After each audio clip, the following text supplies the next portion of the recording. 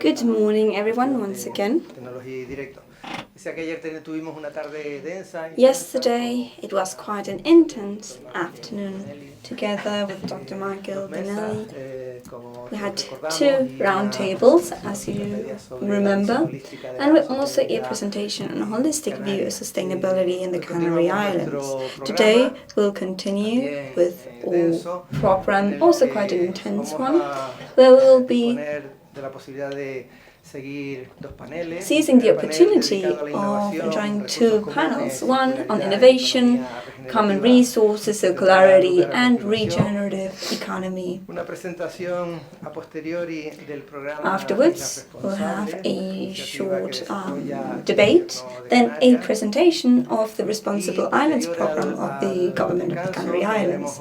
Afterwards, we'll have a short break and then a second panel dedicated to governance, which we have decided to define as transforming communities through participation. Last but definitely not least, we'll have a keynote speech, 3 collapses, 3 ecologies, psyche, social and land. Without further ado, let's now start the 3rd panel of this Congress. First, I would like to introduce its moderator, Matías González Hernández. He is an applied economics and co-director of cooperation at the UNESCO Chair in Tourism and Sustainability Economic Development at the University of Las Palmas de Gran Canaria. They're currently focused on tourism. He has been working with indicators on the economy, about the environment within our region. He has also carried out research in the Canary Islands as well as abroad and on an international scale. He has been a visiting professor in California, Berkeley, and has also worked on research for years. He's been a key part of cooperation activities both in Africa as well as in Latin America. In addition, he holds the position of co-director of cooperation in the UNESCO Chair in Tourism and Sustainable Economic Development of the University of Las Palmas de Gran Canaria, one of our key partners in this Congress. Without further ado, I will now give the floor to this very interesting panel where Matías will be the moderator, and we will be hearing from Cristina Fernández Gil, Lola Rodríguez Tercero, Moisés Santana Quintana. Thank you everyone for joining us in this panel. I'm sure that we will all enjoy it. Thank you.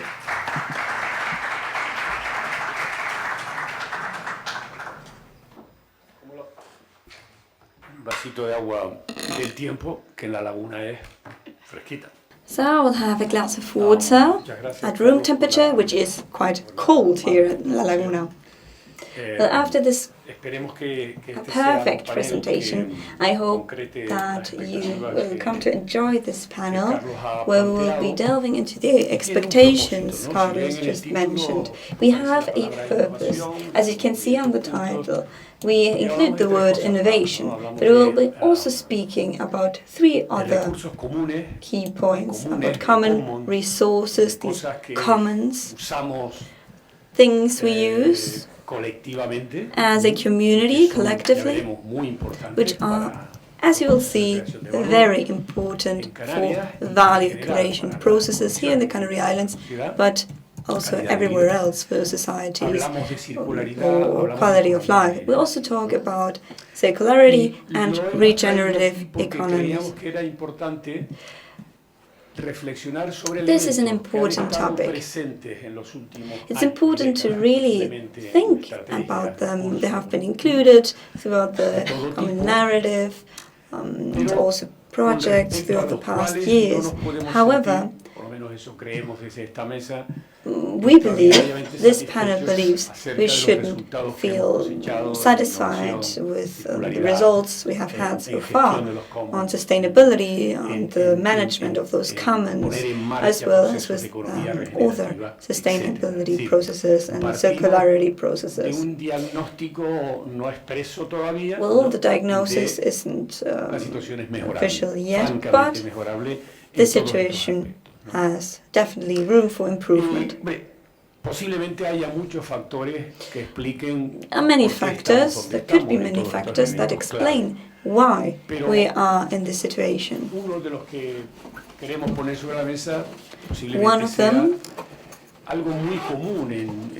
being quite a common one here in the policy making of the Canary Islands.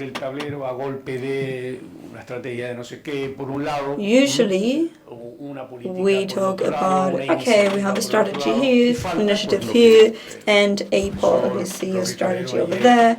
What we need, as my colleague said yesterday, is a holistic approach. We need to make it make sense as a whole. And that's what we will be trying to do today, in the few minutes we have. To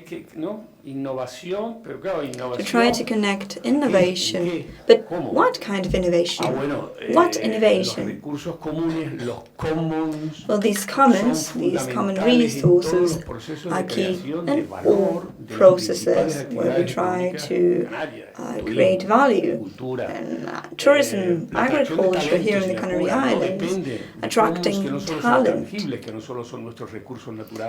not, we're not only, by this we do not only mean common and material objects, but also non-tangible values. That climate, that ability for different stakeholders to agree and come together to create transformative processes. All of that are commons. What we want is for this process of dialogue to happen. And what do we need for that? That we will be able to create value through our commons, through innovation, and we will also be keeping them, we will be regenerating them. Nowadays, we talk about regenerative economy in the Canary Islands. But does it make sense to talk about it when we have these commons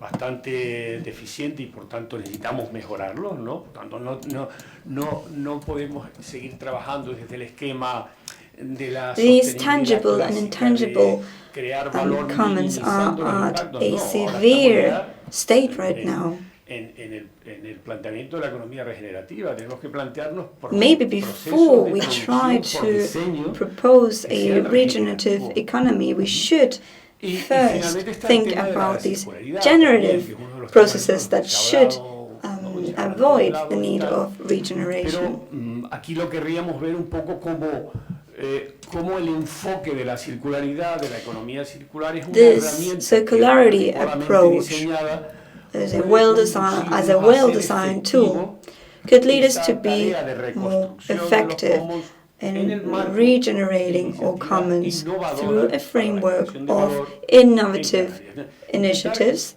in the Canary Islands. We should try to reconnect all these elements through our experiences.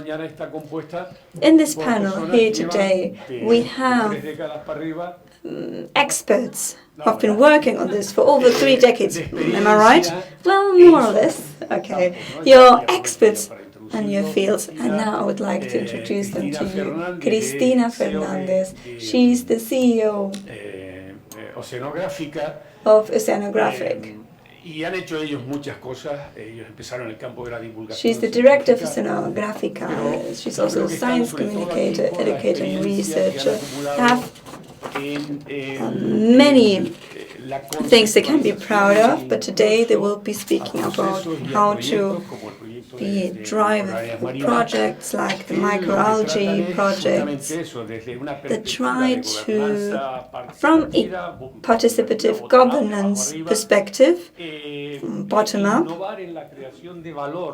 to innovate in the value chain with those marine habitats. And this, while these regenerate. Cristina will be explaining more about that later. We also have here with us today Lola Rodriguez de Acero, who is not only a year-long expert in innovation and alternative tourism models. EcoWays, and EcoWay is one of the most recent projects after decades of work. And she's been renowned and recognized by the Cámara de Comercio, the Commerce Chamber, as well as the government, with a number of awards. Last but definitely not least, we also have here with us at the table Moisés Santana Quintana. He has an association. He's in fact the managing director of the Canary Island Startups Association, Emerge. He works not only with startups though, he also works with businesses, with companies that have already been developed in order to assist them in improving their products and their processes. Well, I think I've spoken enough already.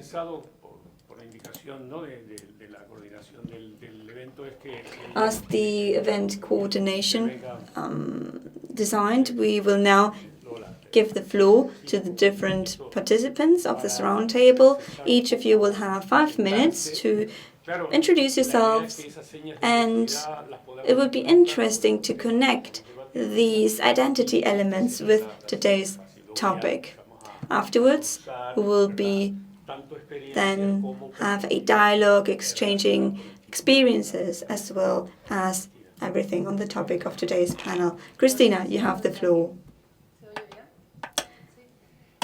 Can you hear me all right? Yes? Well, if I have only 5 minutes to introduce myself, what I will do is to explain how through experience I've been able to reach some conclusions. I've always felt close to nature. It has always been in my heart. I studied marine biology, and that was a special interest of mine. Okay, can you hear me now? If not, I can speak louder. Okay, so I was fascinated with marine biology because it connected different parts of my brain. The sea was a source of inspiration for me. It was a source of calmness, and I really connected to it. Life doesn't always make it easy to be aware of our connection with nature, but to have it in front of us also leads us to noticing how solutions are nature. We often talk about nature-based solutions. What we need to do is to work on that connection with nature on one hand, and on the other hand, to be able to observe. If we also need to listen to all societies. I was trained as a researcher, however, I also work as a science communicator and science outreach. And I think that's key. What sciences teaches us, we're trying to bridge the gap and communicate it to citizens. If we learn about something, if we try and listen to the people that are part of the societies, how diverse these people are, how much they know, there is a common knowledge that usually doesn't get to our academic world. So I've tried to bridge these two parts, to communicate them, and also to bring a third party into the conversation, which is nature. And how have I managed to achieve this? Well, with quite a simple example. The island government of La Palma called me. Okay, I want you to be in charge of a promotion project of snorkeling, of diving, scuba diving. And then I asked, well, what are the companies responsible for scuba diving in the island? And they responded, well, we don't know. So what I did, the very first thing I did was to call all of the diving companies that are in the island, bring them together, sit them around a round table, and then talk to each other about what we want to sell, what motivates us, and what type of tourism do we want to aim for. It was then that we realized all the information they had. They were able to tell us, well, we shouldn't be promoting this part of the island because we needed to regenerate. We could maybe also avoid this one because it's quite a critical ecosystem, so on and so forth. They know about it. Our citizens know about the nature that surrounds them, and we need to talk to them in order to improve also our work on our part. Well, I hope that this has been a good enough example about the work I do, and yeah, that's about it. Thank you, Cristina. Later on, we will be speaking about these eco areas. And now Lola Rodriguez has the floor. Thank you, everyone, for having me. Cristina, you started off on the right foot. You've already inspired all of us, and I believe, yes, that all citizens, citizen participation is key. It's a source of knowledge. It's a source of everything, pretty much, of many resources that we should seize. Today we want to share our experiences, or vision, and maybe translate that as ideas into practice. Circularity, sustainability. I've worked on those topics from the touristic perspective. Of course, we can't have a sustainable tourism if there isn't a sustainable community. And for that, we also need this common vision. I think that's the keystone for everything else. Creo que la visión de conjunto acabas de expresarla claramente, ¿no? La sociedad por un lado, la academia por otro, y evidentemente la estrategia política por otro. We have on one hand the academia, and the other citizens, and on the other nature. We need to bring them together, and not only through a holistic approach, but also on a long-term strategy. What we cannot do is continue having 4-year-long plans and strategies. I know that that is a common issue, not only here in the Canary Islands, but everywhere else. We need to change that. And if we achieve to change that, then everything else will change too.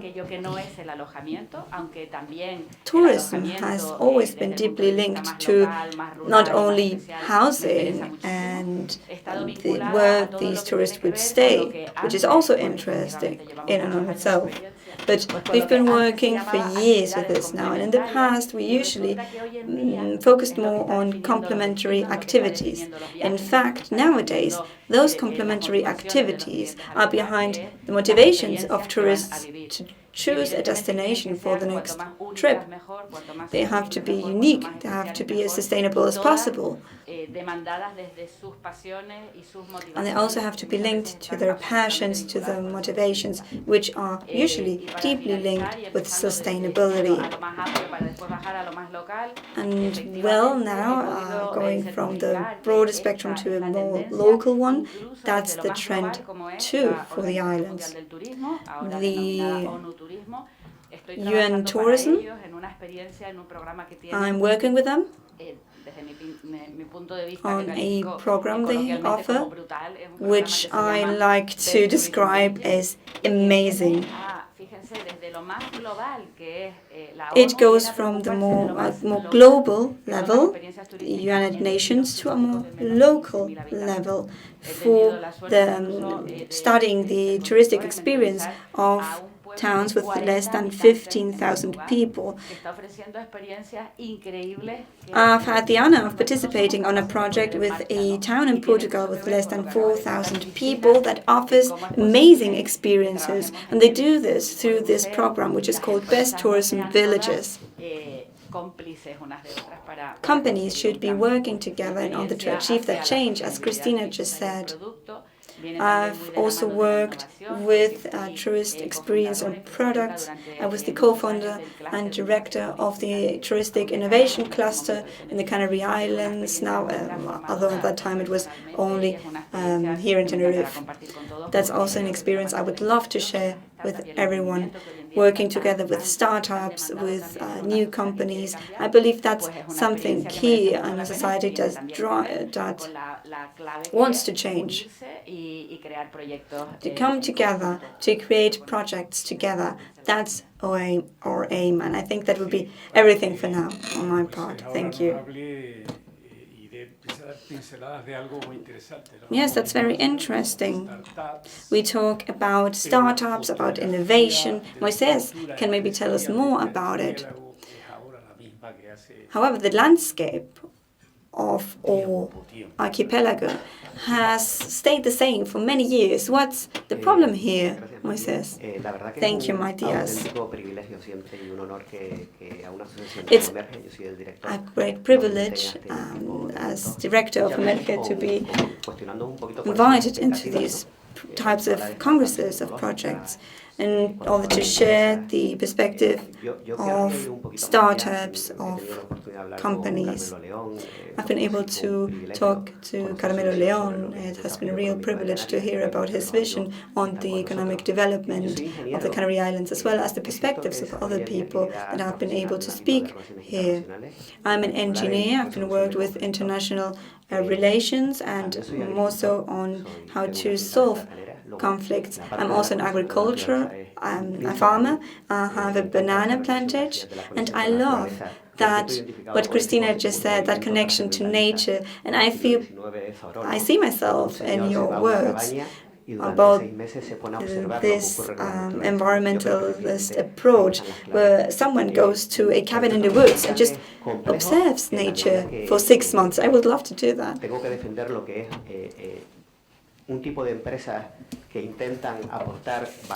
What I want to do is to defend this sustainability approach from startups and companies. However, we're also talking about creativity when we what we see. These borders of sustainability, once we step back from the common patterns, we learn about what we could be changing. That's why I believe it's key that you're having people like me, profiles like mine, where we are startups and heterogeneous networks, and networks where everything works Well, this is my initial comment. I believe that emerge in this context of interdependent, connected challenges. Collaboration is key. Or reputation is also key for that. And the principle of responsibility is also something I want to talk about today. Thank you. Thank you to all three of you.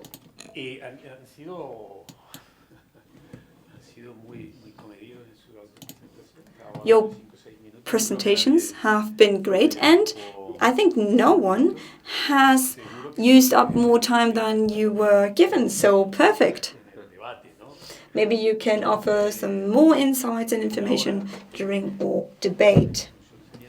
So, well, I think now I can just step back and add some questions about why we see some failures with these projects and how we can maybe try to become a beacon of light, and the way to be followed is.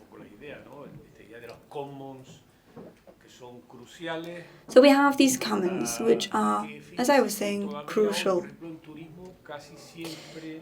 Nowadays, with tourism, when we think about projects, and of course we have to include innovation in there, in the end,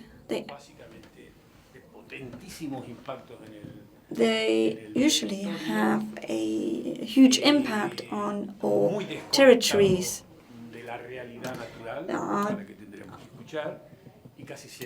Not linked, they are not connected to nature. And these juggernauts are also not connected to the needs of our societies. Usually we hear about how the roads are going to be blocked and then people are going to get angry. And even these sorts of projects are called innovative.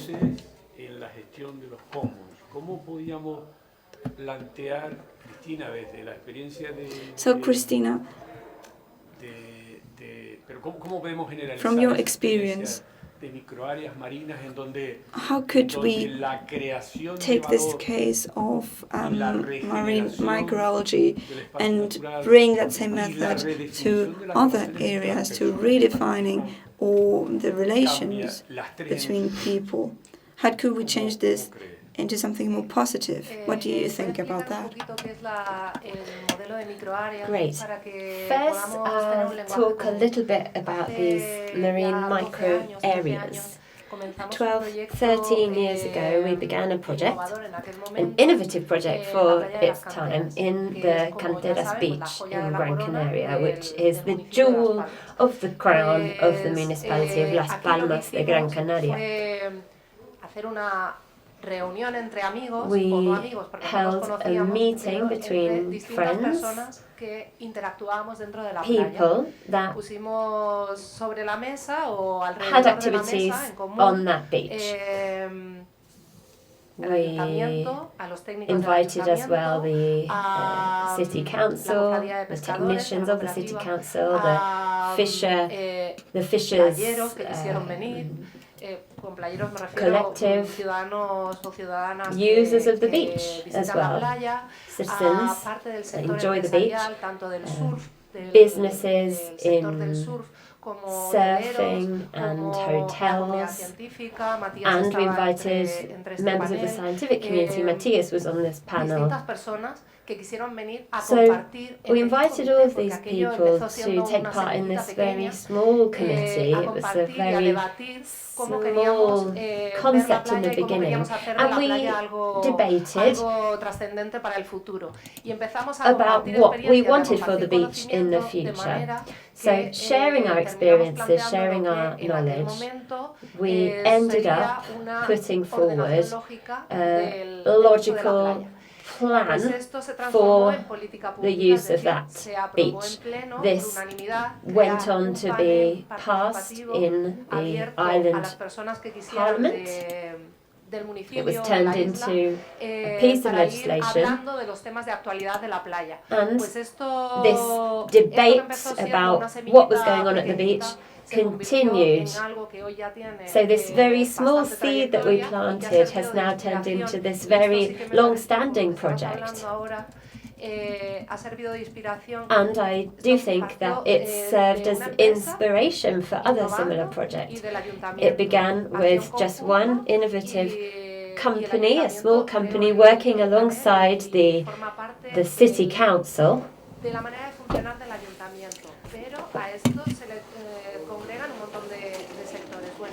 It involved a whole host of different sectors. In the Balearic Islands, there are NGOs that have begun very similar processes. There are 4 in Menorca, there's another one now in Mallorca, so it has served as inspiration. People that live on islands understand the limits of their territory because we see with our own eyes how it is being damaged. The same is true of the planet. We can't exploit it without control because we have finite resources. So all of this knowledge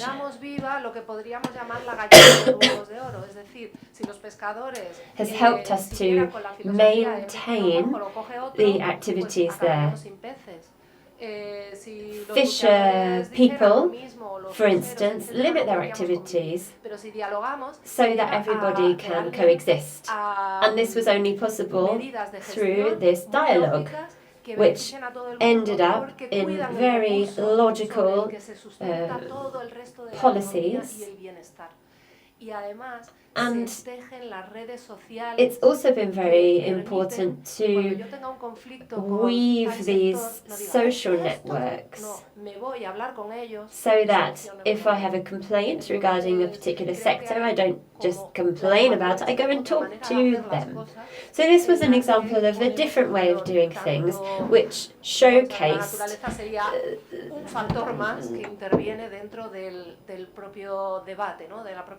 nature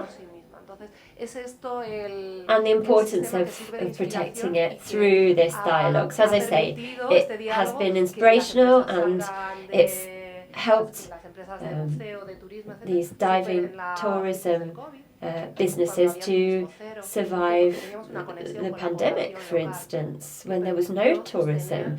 Because we had this link with the local population, they were the ones who kept those businesses going during this very difficult time. And during this time as well, local people reconnected with their resources, their island resources. They observe when things happen, for instance, when types of algae disappear, and they report what they've seen and ask about it. So it's this very this greater consciousness, greater awareness of the local resources.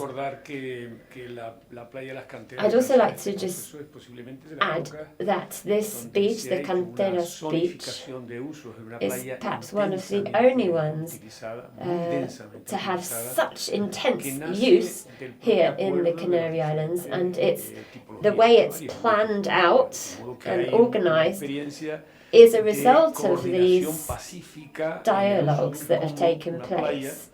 There have been these very peaceful negotiations to agree upon how this shared resource will be used.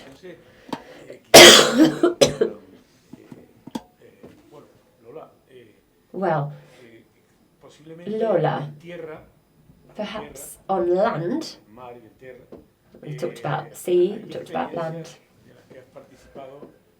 Lola, have you taken part in anything, any projects that have something in common with this project that we've just heard about from Cristina? Yes, innovation. This word has been perhaps overused recently, but I would say that innovation is an attitude. It's linked with the ideas of modernity and leadership. But actually, innovation is more about listening, and it's something that comes about or should come about from a demand from consumers. These days, our visitors are looking for different things, and this trend has been coming for some time. These tourists have been looking for something different. Of course, COVID changed everything. We had this terrible period when we had no tourism at all, but now tourism has recovered. This trend has sustained through time.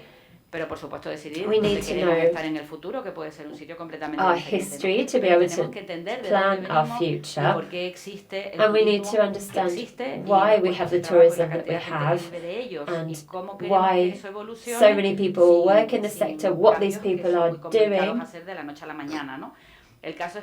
And of course, this isn't easy, it takes time. When we created Senda Eco-Way a long time ago, before COVID, we were real pioneers, but nobody really paid much attention to us.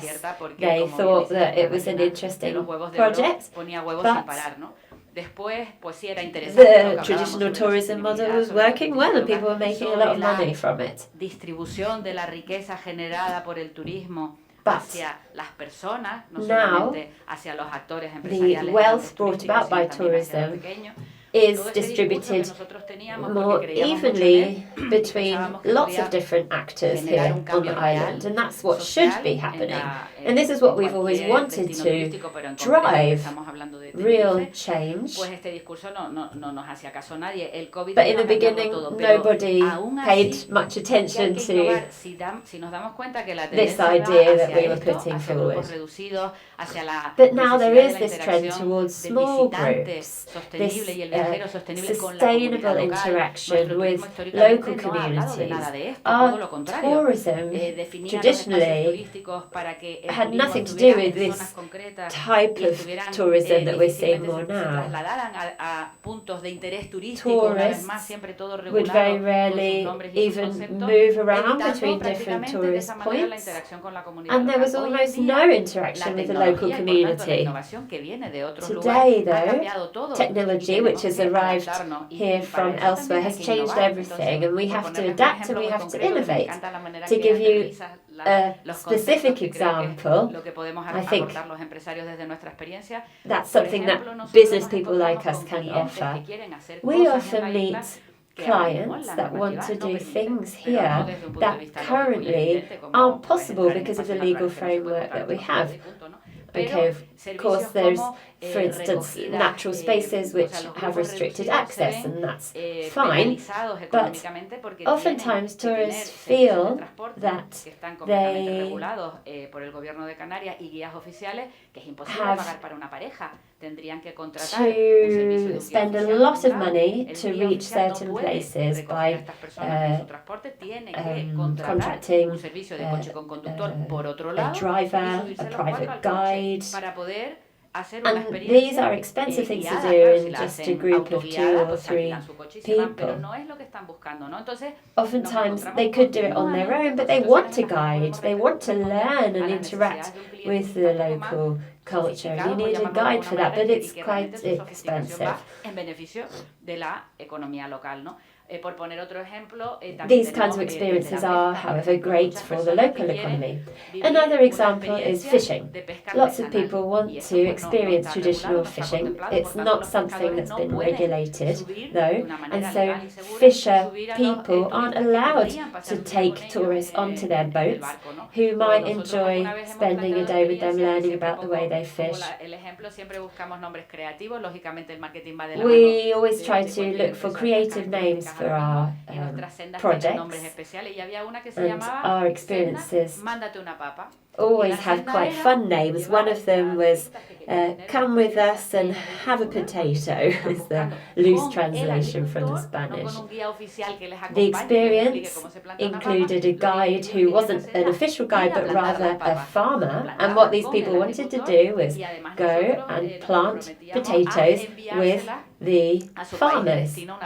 And then, once the potatoes had been harvested, they would be sent to their home address. There was this very interesting emotional engagement aspect with this product. So, I think destinations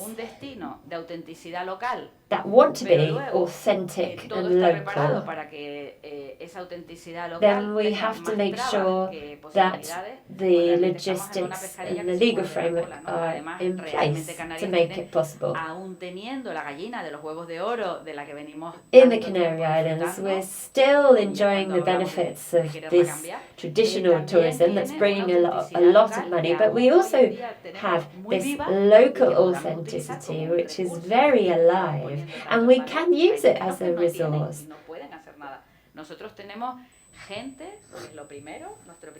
We have, first and foremost, Canarian people who love and welcome visitors and who are very willing to work in local, authentic tourism products, doing what they do best, sharing their stories, their lives. But the tourism sector still isn't quite ready for these types of experiences. But that's innovation. And we need to innovate in regulation, in making these new products possible. The market then is pushing this innovation. But right now we are chasing our own tail, I feel. We're missing out on opportunities.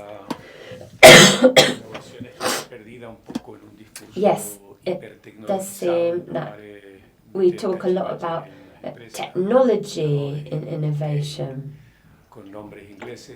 using English terms to describe new phenomena, but we forget sometimes about this essence, which is meeting these needs that are emerging and these needs which are changing constantly.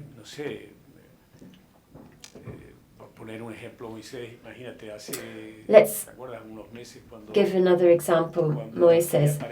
Remember a couple of months ago, a couple won an international prize in Gran Canaria, yet they announced that they had to close their business. And the woman said they were cheese producers.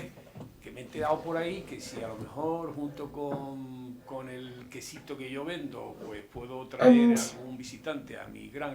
she said that perhaps I would be able to keep my farm open if I invited visitors to come and try the cheese and visit our installations.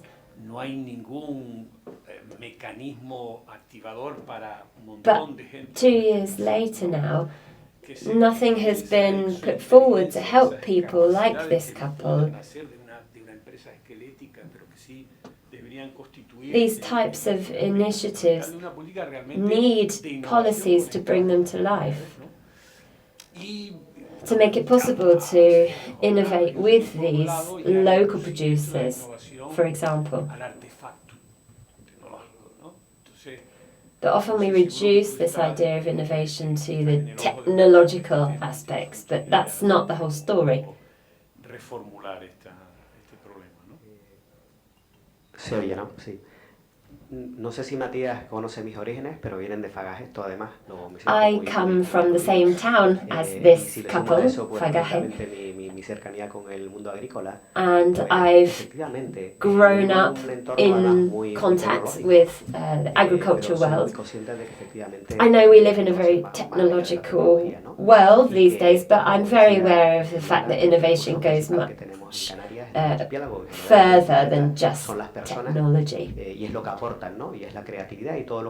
People and their creativity are our greatest resources. Desde Emerge hicimos una efectivamente para ir a esa frontera de la que yo me encanta hablar, ¿no? I like to talk about this frontier bringing RD&I to rural areas. There is a Canary Islands plan, it's called 2030 Route. And the idea is that oftentimes we live in a little bubble in our cities with our technology, and we leave the rest of society outside of our bubble. But we need everybody to know the possibilities that free technology like the internet, for example, offers. We need to help people to find out where to access the knowledge that they need.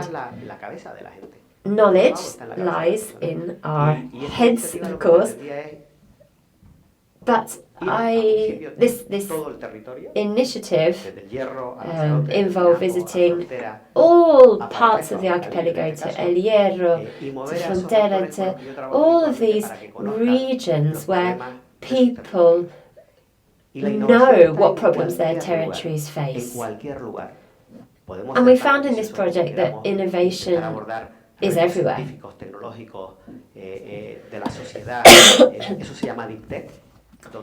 Deep tech is one type of innovation, which is about finding where the questions are, what the right questions are. So, for instance, we could go to a cheese maker who might need some marketing help or help with making their products more reachable internationally.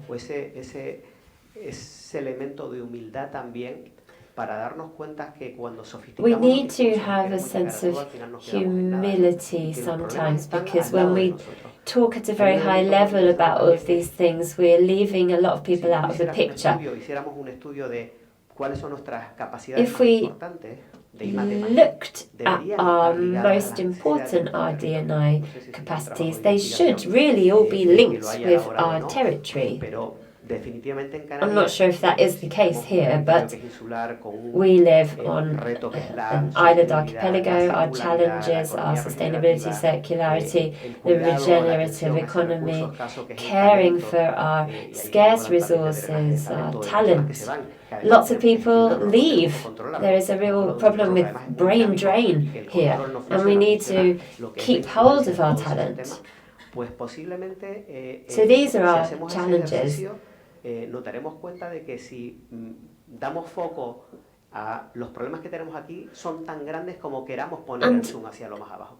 La oportunidad luego está en cómo escalarlos luego. Our opportunity here is how to scale up the solutions that we put forward for these problems. Es otro de los elementos que también de alguna forma en Canarias nos están, y creo que se ha hablado también durante esta jornada, nos están un poquito condicionando, ¿no? Cuando vamos al sistema de I+D+I con recursos públicos, nos sentimos de alguna forma issue of public funding for RD&I. Le gusta el dolor ese, ¿no?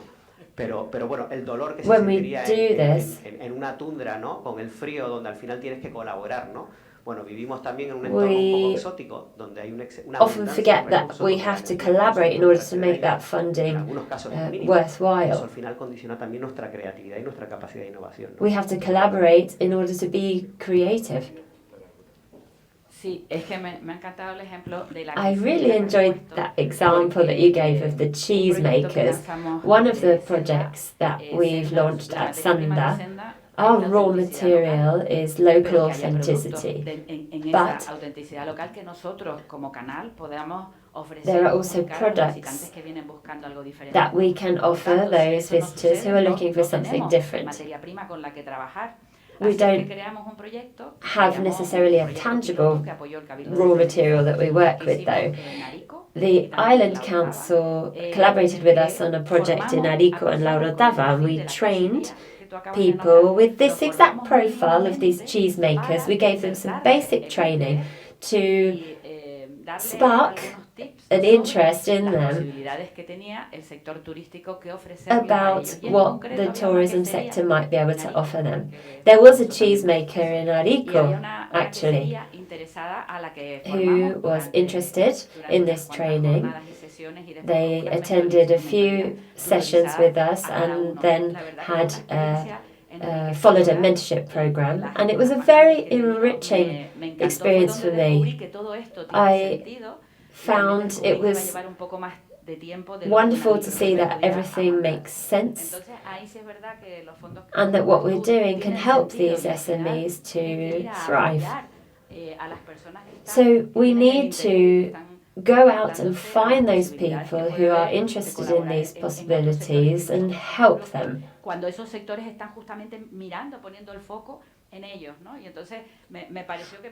So I wanted to share that experience of mine because we were trying to find a solution to what you were saying. This cheesemaker was interested in what we were offering.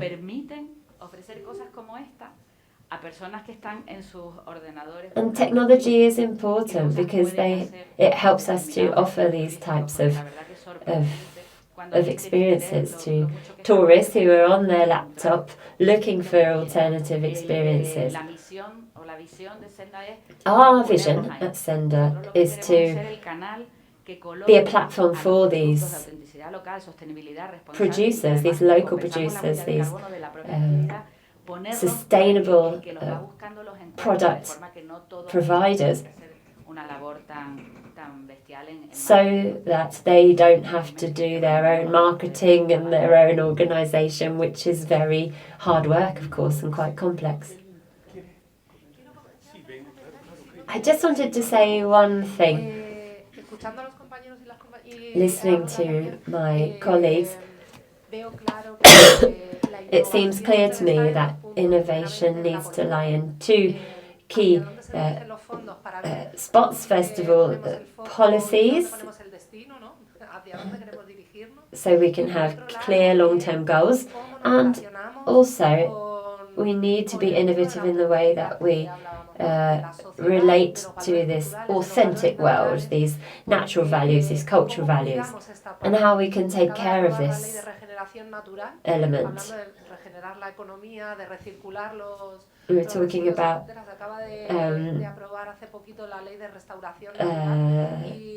natural restoration law that's just been passed.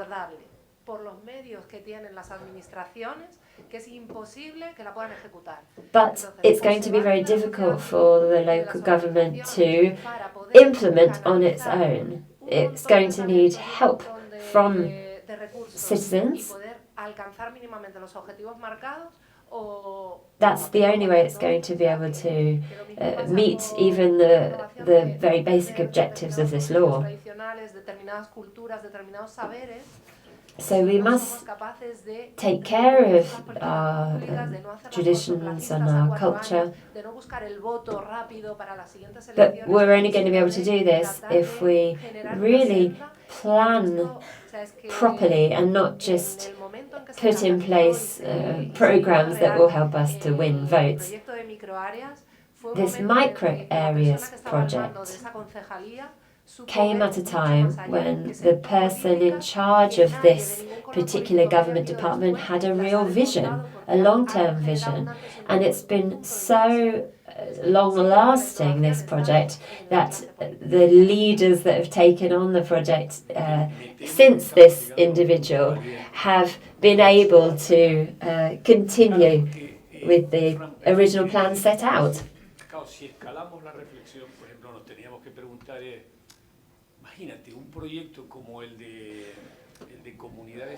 Imagine then this project of circular tourism communities in Tenerife.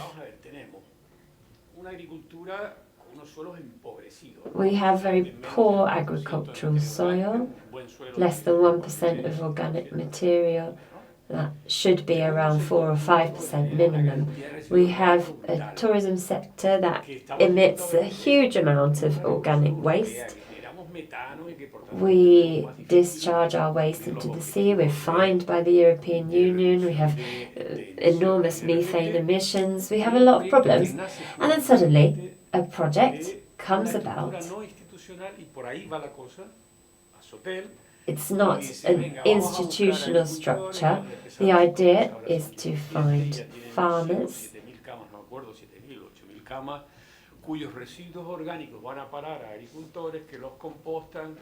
that take in the waste that's generated by around 5,000 hotel beds, and they use that waste to fertilize their land.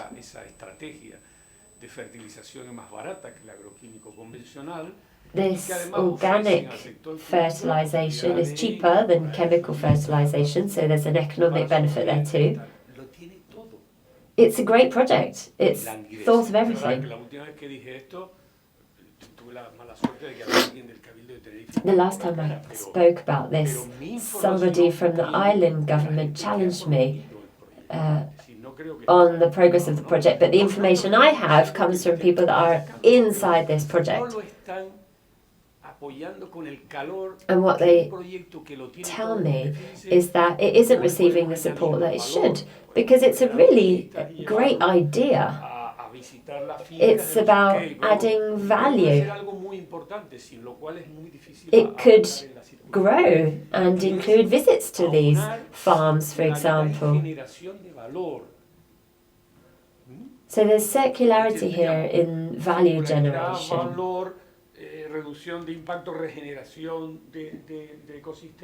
It's regenerating ecosystems. Why do I think then that it's not receiving as much attention as it should? I think in institutional level, there's a sense of a lack of control, and if they're not in control of the project, then they don't support it.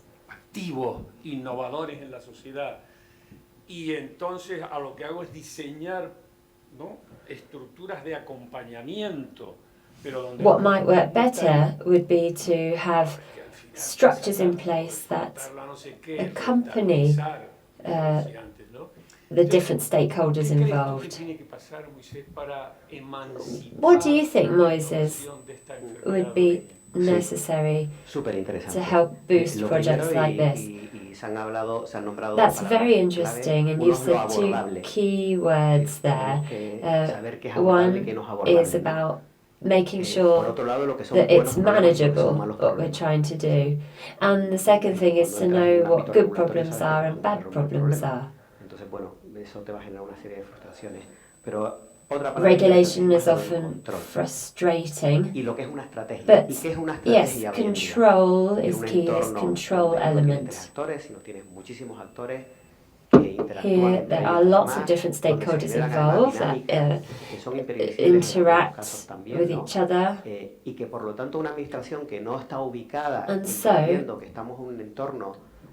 the administration needs to understand this, that there is a need for collaboration between many different actors.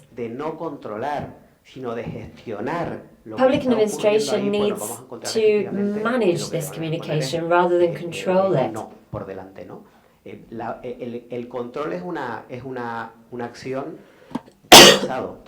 Control is very old-fashioned. We shouldn't feel this need to control so much these days. When there is a level of complexity, not chaos but complexity like this, and when politicians have to give answers, they have deadlines to respect. Well, it's very hard for them to release this control. And our role is to break ideas down so that public administration can digest things more easily, perhaps. We need to go slowly, taking baby steps to help guide politicians so they're able to understand our visions better.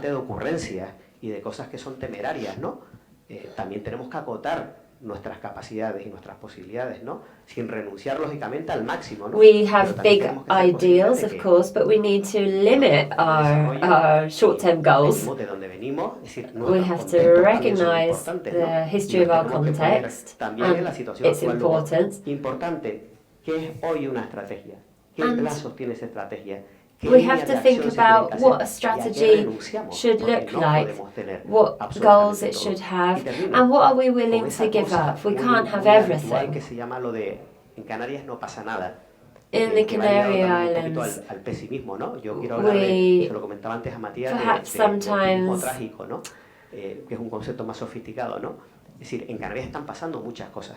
Muchísimas cosas. A lo mejor más cosas de las que nos podemos struggle to recognize everything that is happening. Yo creo que en un estado de madurez para que, como en un I do think that now we've reached a certain level of maturity. El sistema complejo se alinee de otra forma y estemos en el otro salto. Pero tenemos que ubicarnos. Complex situations are able to organize themselves. But we have to know where we are. I think perhaps, Carlos, now would be a good time to take some questions.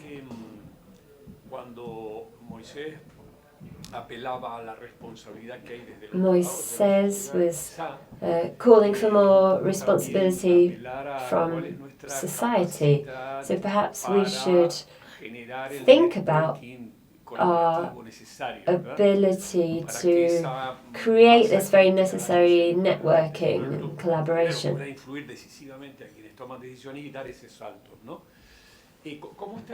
So that we're able to influence decision makers.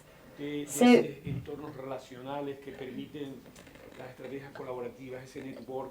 how is this world of networking in your fields? Is it working well? Is it developed? Well, there's a bit of everything. From my personal perspective, in the beginning I felt I always came up against barriers, but gradually as people trusted the processes and saw the benefits of these processes,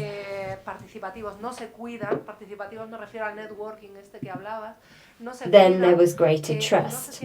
We need to lay very clear foundations for this communication, respect dialogue.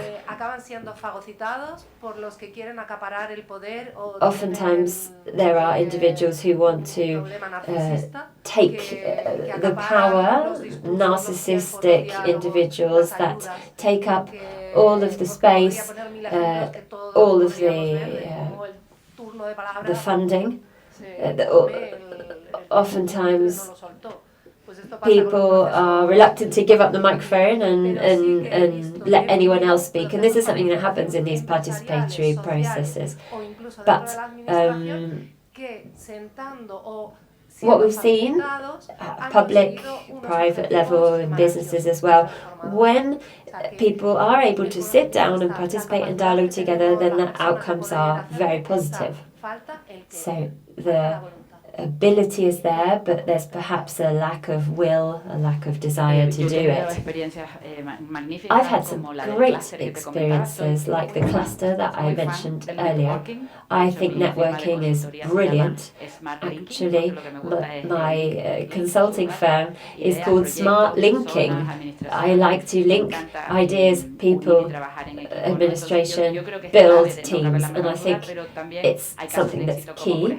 There are some success stories, for instance, Turismo de Tenerife. This is a public entity that brings together the whole sector, and I think it's working great. Another example is Azotel. And the project that you're mentioning, I think, is great. And it's been so important that it's managed to reach where it has through great effort from many parties, but without help from the local government.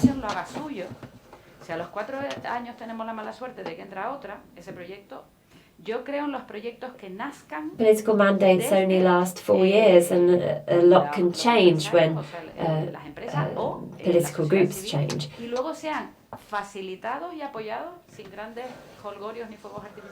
But in this example that you gave, they have survived these changes in politics, and that is a great sign for the future. They will continue to survive. So, of course, there's a problem in terms of size of businesses here. Our businesses are very small, and that's something that's true in the whole of the country. There are some big companies like Telefónica, but the vast majority of companies are SMEs. And so this means that we always need to ask for help from public administration. We're spoiling them, perhaps, letting them believe that they need to hold our hands all the time. But we also complain, saying that, oh, they don't give us enough money, and perhaps we need to take responsibility for our own funding and our own decisions.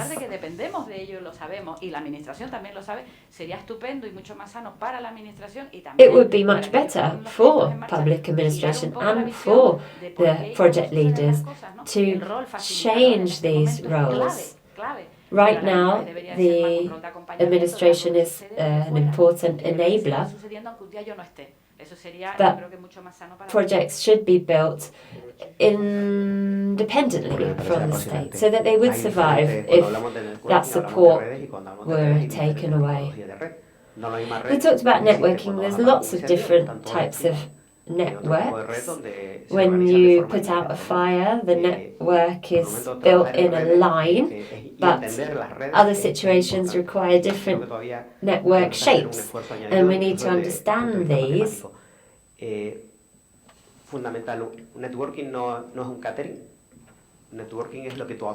Networking isn't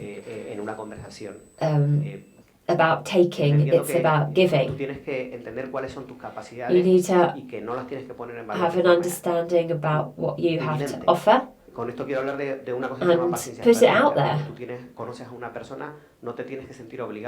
When you meet someone, you shouldn't feel the need to collaborate today with them, but you need to understand what their capacities are and what you might be able to offer. And then over time, the dynamics are developed. We've been working for the past 7 years, bringing lots of different actors together that we hope will be able to work if the correct inputs are put in. But it will only work if there is trust. My mum always said to me that we need to respect ourselves. We need to protect our reputation. When we're talking to someone, giving someone a product, we're putting our reputation at risk. I think it's time now, definitely for some questions from the floor, reflections.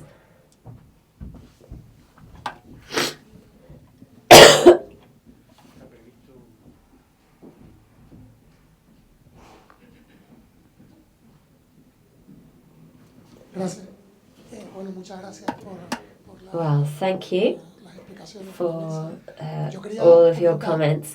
I just wanted to say one thing. We were talking about the commons before. I think what we need to do first is to define what a common is, what things are in common, and to keep a close eye on these historical processes of approaching these commons. So, for example, on the internet, we have amazing digital commons. We have the internet of Wikipedia. For example, we have the internet of the 5 big companies that control all of our networks. Cities are a common, and they're used by cars, or they might have turned into big open-air terraces. What I'm trying to say is to relate to citizens. First, we have to explain what a common is and how it explains to and how it belongs to them.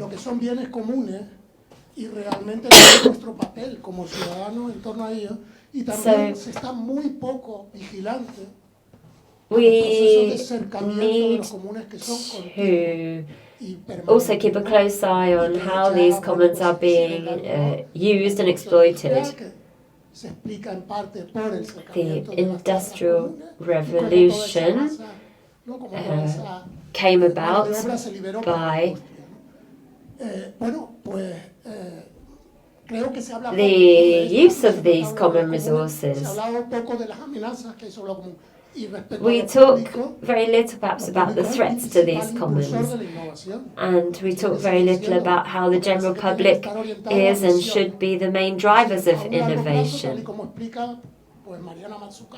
Mariana Mazzucato talks about this. I think we should have very long-term objectives that are shared by the whole of society. That's what we need to call for from the bottom up. Thank you. Any more? If you wouldn't mind, I'd like to say that yes, I agree with you about the comments. I don't like talking about natural resources because it makes them sound like something that can be exploited. Rather, they should be described as natural assets. So if we change the language that describes these things, and that could help. You talked also about pedagogy. We won't go into detail because we're running out of time, but everything starts with education. I think for the very youngest students, we're not educating them about everything that we've been talking about today, and I think they should participate more. Well, very briefly, thank you very much. It's been great. I agree with all of you.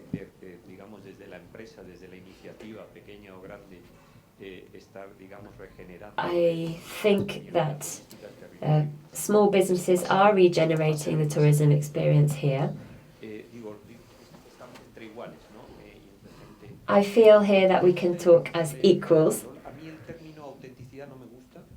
And so I don't like the term authenticity because I think, and this is a question actually, what would you say to those who believe that behind this sale of authenticity, what they're trying to sell actually is precarity and underdevelopment? Whoa, I was enjoying what you were saying until you got to the end. Well, I think this is the problem. Yeah, I understand what you're saying. The luck, I suppose, that we have is that we're surrounded by countries that are, in fact, selling underdevelopment. What we're selling actually is something that makes us stand out from others. There are certain concepts that can be interpreted in many different ways.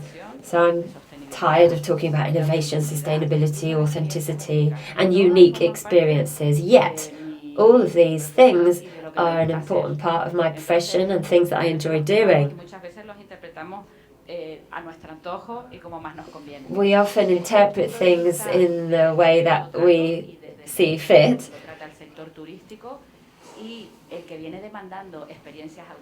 Clients that are seeking authentic experiences in tourism are looking for something that is unique to the destination. They're looking to share experiences with the local population, because up to now, tourists or travellers, there are these two different terms, but in any case, visitors are looking for tourist experiences, theme parks and things like that. I've been that kind of tourist as well.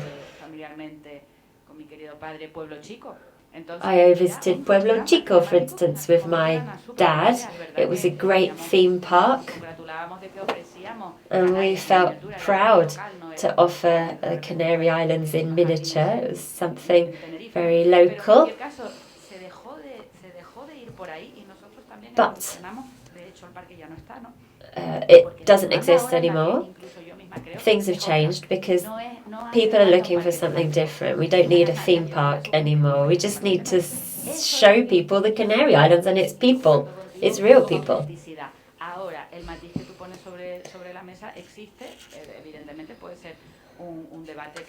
What you're saying is interesting and complex, but when it comes to tourism, what we're really talking about is differentiation and looking at a destination offering that is close to the local population. Just very briefly then, the meaning and the goal behind all of this is two things that we should be reflecting on a great deal.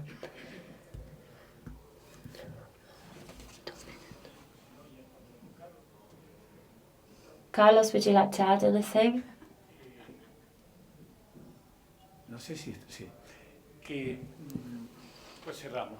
Well, let's close this session then.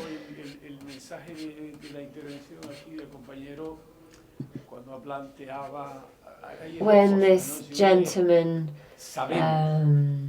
well, I suppose what you're saying is, do we know how important these commons are for our lives? So knowledge, structured knowledge, that's one thing. But we perhaps aren't aware of their importance, actually. This strategy that allows us to, as a society, discover the importance of taking care of these commons. This would perhaps lead to a reprioritization at political level.